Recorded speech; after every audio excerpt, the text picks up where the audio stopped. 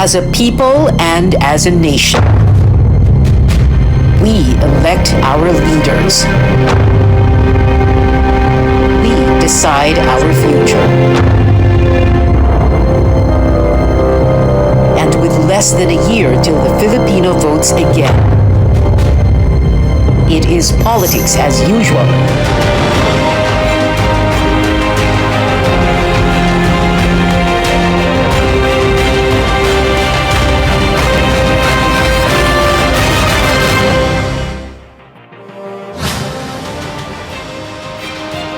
The proverbial Pinoy pastime is what else but politics. We Filipinos love to talk about it, get in heated discussions about it, we get involved, get angry.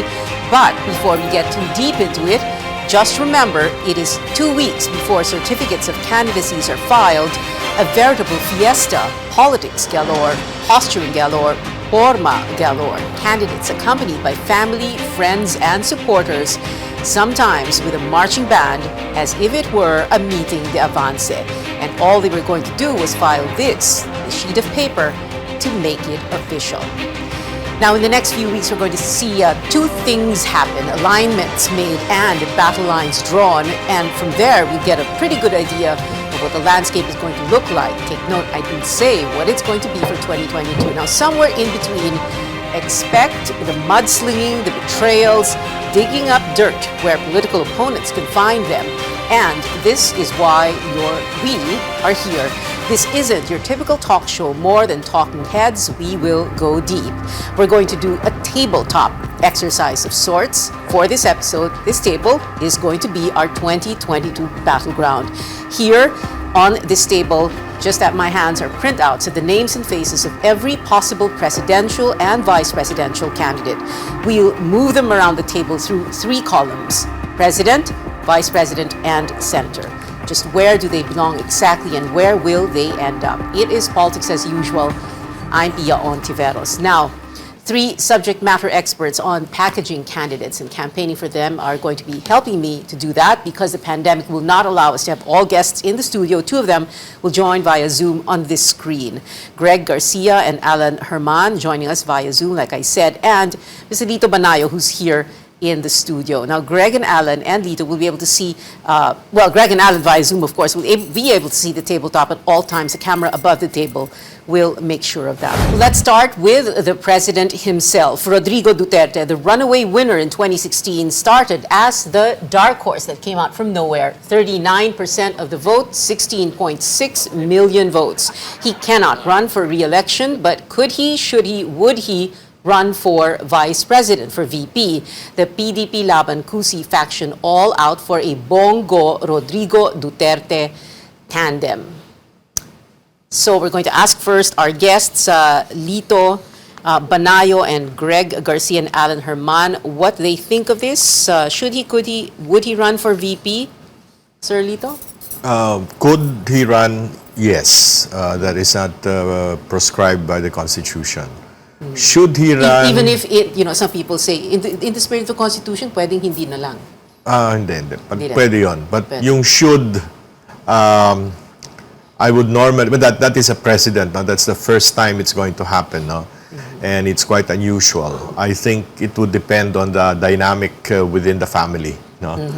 Would he run? The same answer. It would depend upon he and Mayor Sara Duterte's conjoined decision, if there's going to be any. We're going to talk about Sarah in just a while.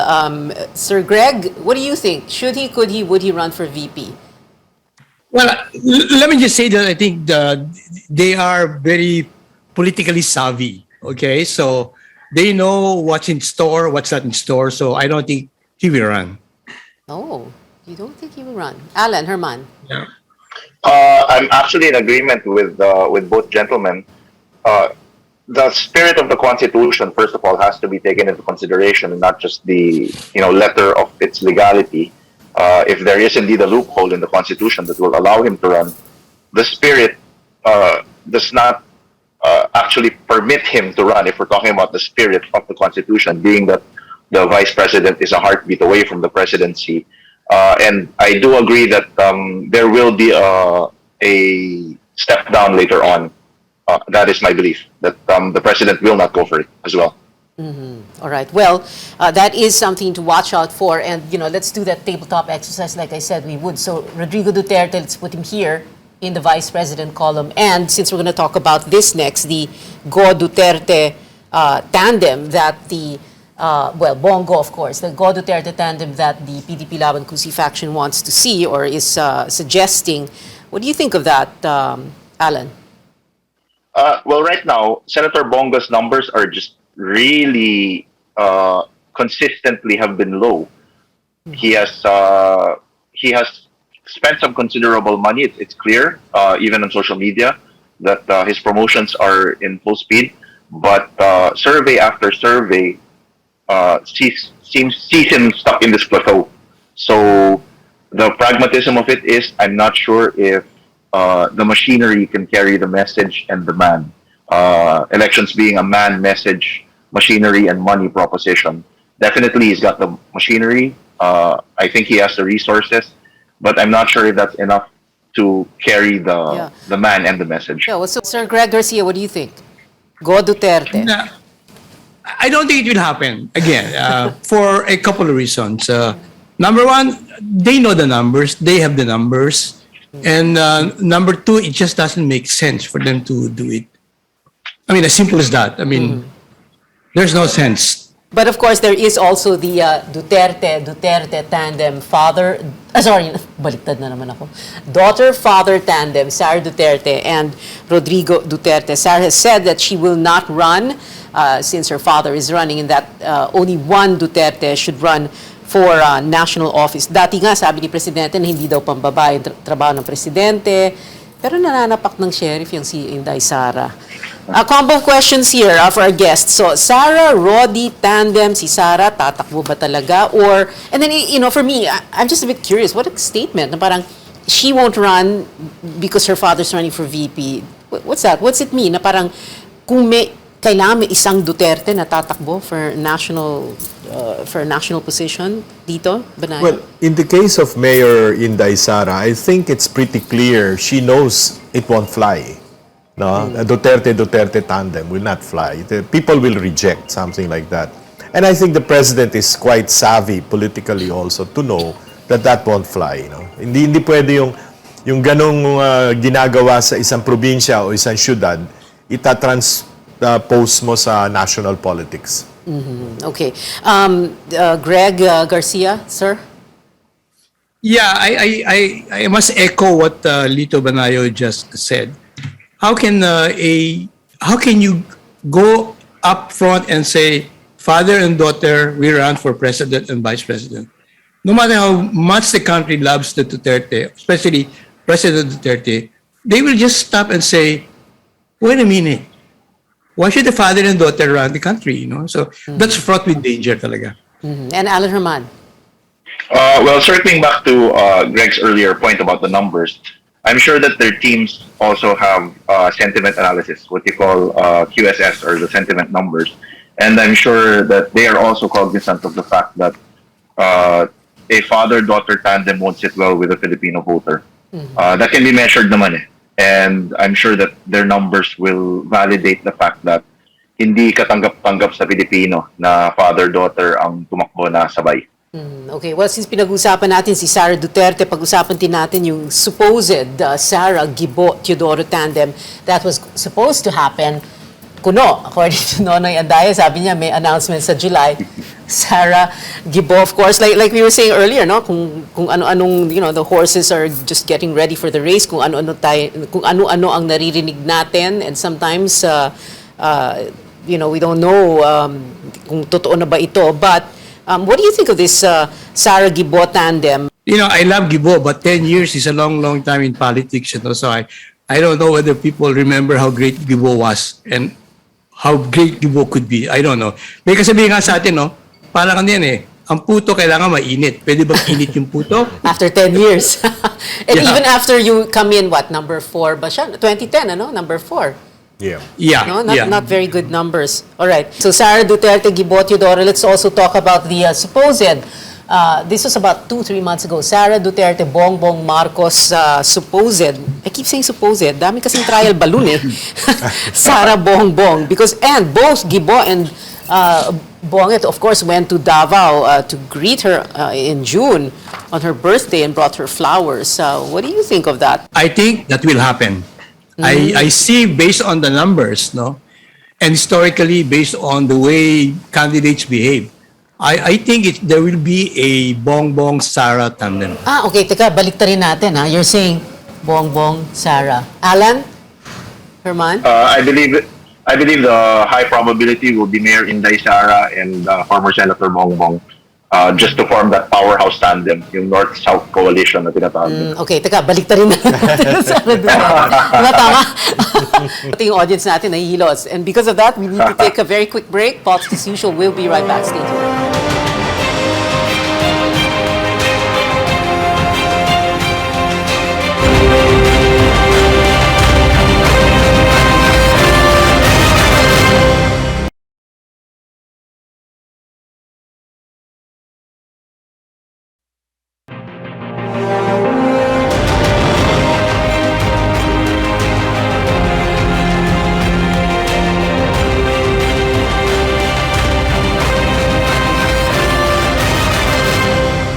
Welcome back. This is Politics as usual. The Ping Lacson Tito Soto tandem. So let's move Ping up here in the President's column. And let's move Tito Soto here sa VP column right beside Ping. So Ping Lacson, Tito Soto. Ping, of course, now Reforma chairman, a resurrected party, if I may say so, that was formed in 1998 so that Renato de Villa could run after being defeated by Joe De Venecia, JDV, in the Lakas and UCD primaries. Now, JDV won, by the way, because he was FVR, or Fidel Ramos's, for those who don't remember, FVR's choice for standard bearer. Also on the side, very quickly, no, iba yung primaries kasi sa Amerika at iba dito sa atin. Wala naman talaga tayong real primaries. Kuno lang sa atin. Ganyan tayo eh. Gawa partido pag natalo. Anyway, Tito Soto is syempre, Nationalist People's Coalition. And Ping and Tito, you know, some people are saying, are they trying to project themselves as some kind of a third force or opposition? Not exactly aligned with the administration either. No? Tandem floated, to gauge public reaction, we presume. So what was your reaction to this, Alan, Herman? Well, yan, at least cemented na yan. Senator Ping has announced that he's running for president. Same with Senate President Tito. I think they're going to make it a machinery play more than anything. I think they're going to rely on their grassroots machinery building capabilities in order to further their candidacy, more than marketing and or messaging. Lito Banay, sir?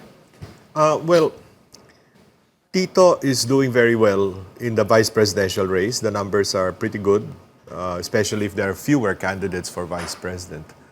But Senator Ping, my friend, I'm sorry to say, is not doing very well. Yeah, he's kind of all the way down. In the doldrums right now. No? But of course, anything can happen in politics. No? So we hope, we wish them the best. Okay. By the way, would Ping Lacson slide down and be, let's put him here in the VP column, and be someone else's vice president? He ran for president in 2004 and didn't do very well, of course, as we know. What is the answer here? Can he slide down? Would he slide down even if he's already said that he's going to run for president? You know, knowing Ping, he's not the sort of guy who will slide down. He would either go for it all the way or just, if the numbers are not going to be with him, he will run for senator. Or retire, as Lito said. Of course, other senators, along with him, have the luxury of returning to the Senate if they run for high office and then they don't make it because their terms end in 2025. So may pag-asa pa. But anyway, before we go further, no, since we're talking about Ping and Tito, I want to bring into the discussion Isko Moreno. Isko Moreno, is he announcing this month of September or October? Let's start with Tito Banayos. I don't know exactly when he's going to announce. When he's going to announce Yes. that he will run for president. Well, is he running for president or VP? We don't know that either. No? Okay. That's still. I think he's looking at the numbers. He's looking at the machinery that would support him, although machineries, political machineries do not matter too much in Philippine yes, of elections. course, It's really the air war, the SOCMED war. Yeah. It's not really. That's Machineries really do not matter because flags, political parties are just flags of convenience in this country. Palipat-lipat lang yan. Pag nanalo na, lipat lahat. Doesn't really matter so much. Actually, I think Sir Lito is being a bit coy, but I think that's where Mayor Isko is going. To Sir Lito's earlier point about free market votes are the determinant in a national election rather than negotiated votes or machinery, then Mayor Isko has that in spades. Yeah, the numbers are good. If the numbers are good, ano siya, number 2, 3, or 1? Number 2. Depending on which survey, number 2 siya, minsan na number 1 siya. Nakita ko yung survey na yun na number 2 siya. Greg Garcia, sir, on Isko. Oh, wow. I think this is Isko's moment based on the numbers again. His great performance and his being I always maintain that Duterte was the everyman 1.0. People are looking for the everyman 2.0. And right now, he fits the bill. From the point of view of just the numbers right now and his character, if I were him, I'd run for president. Okay. Kanina nabanggit na natin. Let's go very quickly through this. Gibo Teodoro and Bongbong Marcos. Let's talk about, just very briefly, Gibo. In 2016, he declined the defense portfolio when offered by President Duterte. 6 years earlier, as the administration standard bearer, he came in fourth, like we said earlier, in the presidential race. He served as Gloria Arroyo's defense secretary in the last 2 years. The highlight of his tenure was, well, the onslaught of Ondoy in September 2009. We talked about that earlier. So you were para bang stay in the private sector na lang, ano? Yeah. Medyo mahirapan siya. Of course, Bongbong Marcos, it helps to look at the past electoral performance. In 2016, we all know, as Miriam Defensor Santiago's running mate, he came in a very close second to Lenny Robredo, a mere 200,000 votes shy of the vice presidency, filed an electoral protest. And now he's talking about whether he runs. And earlier, like you guys said, it would be interesting to see a Sara Duterte, Bongbong Marcos, or baliktad, no? Marcos, Sara Duterte. What did you say again earlier, Alan? Duterte Marcos, no? Or Marcos Duterte? Yeah, I believe it's Mayor Inday for president and Bongbong Marcos for vice president. All right. I think that's a more likely scenario. Okay. But one quick question on Bongbong Marcos. If he makes it, whether as president or vice president, is this going to amount to like the greatest comeback of all time, even if by proxy, the son for the father? Kasi, di ba, tumakbong senador, nanalo sila, talo si Bongbong sa VP, no? Is that what it's going to amount to? Or since it's been so long, have people forgotten? Greg Garcia, sir? I maintain that Marcos is such a strong brand even now, And I think when you review it, a lot of the people running the country now were really young people then, young teenagers. And let's face it, for them, it was such a great time, So the memory of martial law, the bad side of martial law, I think matters to them as much. They were not that affected. And you can see from the fact that Amy got elected, Bongbong got elected, the numbers of Bongbong are looking good. It's a strong brand. Marcos is a strong brand. All right. Kanina, nabanggit na natin siyempre ang PDP laban, and the other half, of course, has a candidate of its own unless he says no. And, siya pa yung isa pang daw na gustong tumakbong presidente. Of course, Manny Pacquiao. Let's put him here in the president's column. So either he runs for president or for the Senate or retire from politics. That's what he said. He's done well. He's done well in electoral battles, of course. But should Manny Pacquiao run for president? And what's going to happen to him kaya kung ganun mangyari? Well, the numbers don't look good for Pacquiao at this point. And I also think the Filipino people have a way of bracketing you. Parang nakakahon na. Parang sa kanila, Pacquiao, pag senador ka na lang, okay ka na dyan. Huwag ka na mag-ambisyon, hanggang dyan ka na lang. I think that's how people looked at him. It's a reward, in fact. It's a political reward for the fame and glory he brought the country. But I think the Filipinos know that certain candidates have up to a certain category only. And the numbers right now are showing it. No? I think this is one election where people will look at competence, will weigh competence quite much more than, popularity or Really, anything else. Wow, that sounds so good. I hope With that as a premise, I don't think Senator Manny, even if he runs, will win. We'll give you more on the presidential and vice presidential wannabes after the break. Stay with us.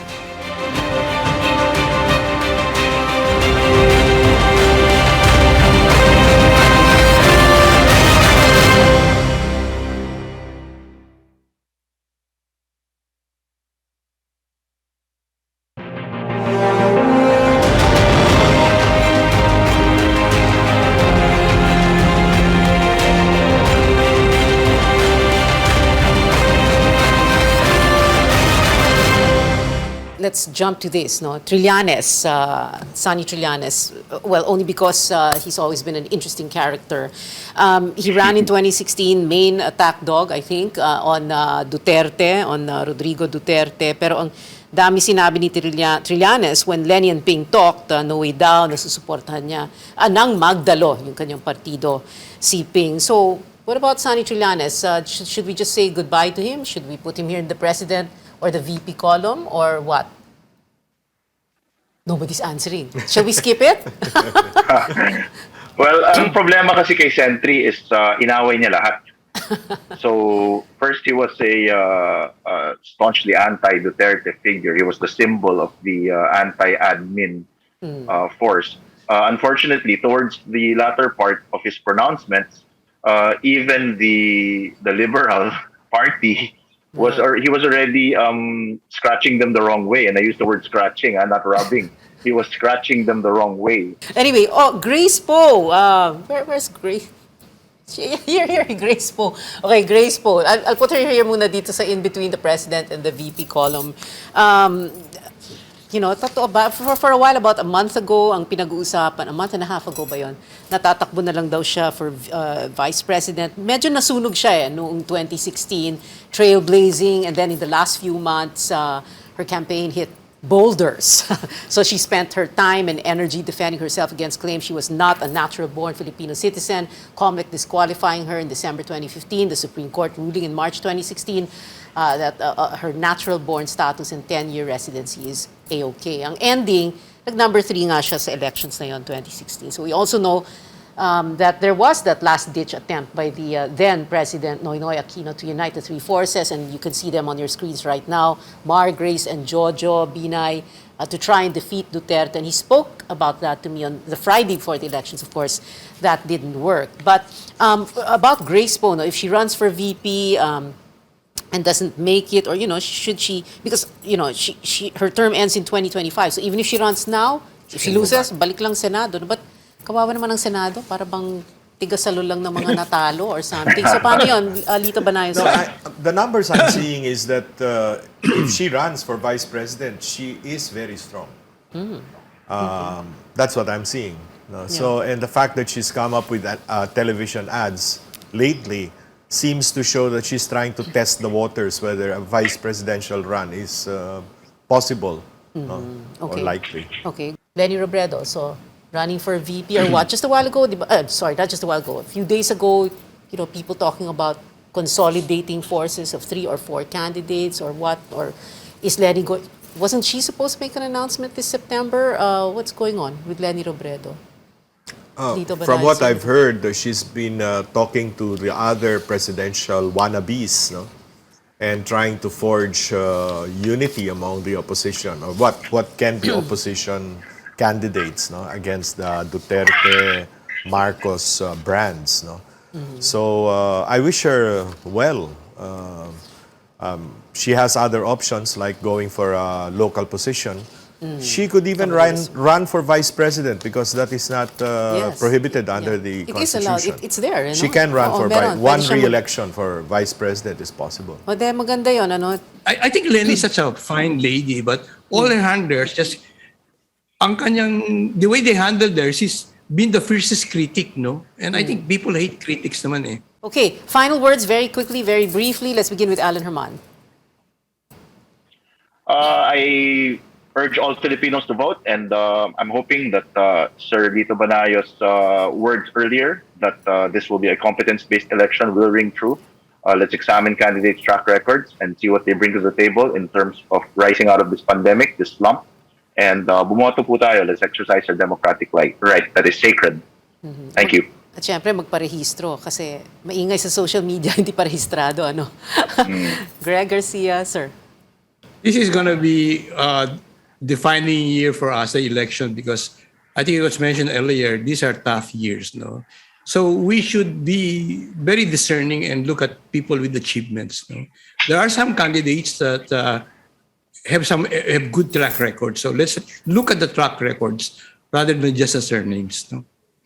Thank you, sir. Lito Banayo, I would sir. say amen to what Greg said. No? This is one election where people, especially the young people, no, will, because it's their future that is at stake, they will look very closely at the accomplishments, the qualifications of the candidates, as well as, of course, the character issue of whether they're corrupt or not. No?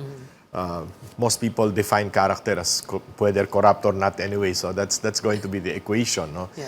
So I think that if more young voters go to the polls, no, that could be a defining moment for Philippine elections. All right. Well, thank you to our guests tonight. Mr. Lito Banayo, sir, thank you. Mr. Greg Garcia, thank you, sir. And Mr. Alan Herman, thank you so much for being with us. We've been told before, don't talk politics at the dinner table or at a family reunion or in Viber groups and risk digital warfare. But we can talk about it here at this table. This is Politics as Usual. I'm Pia Hontiveros. Thank you for joining me.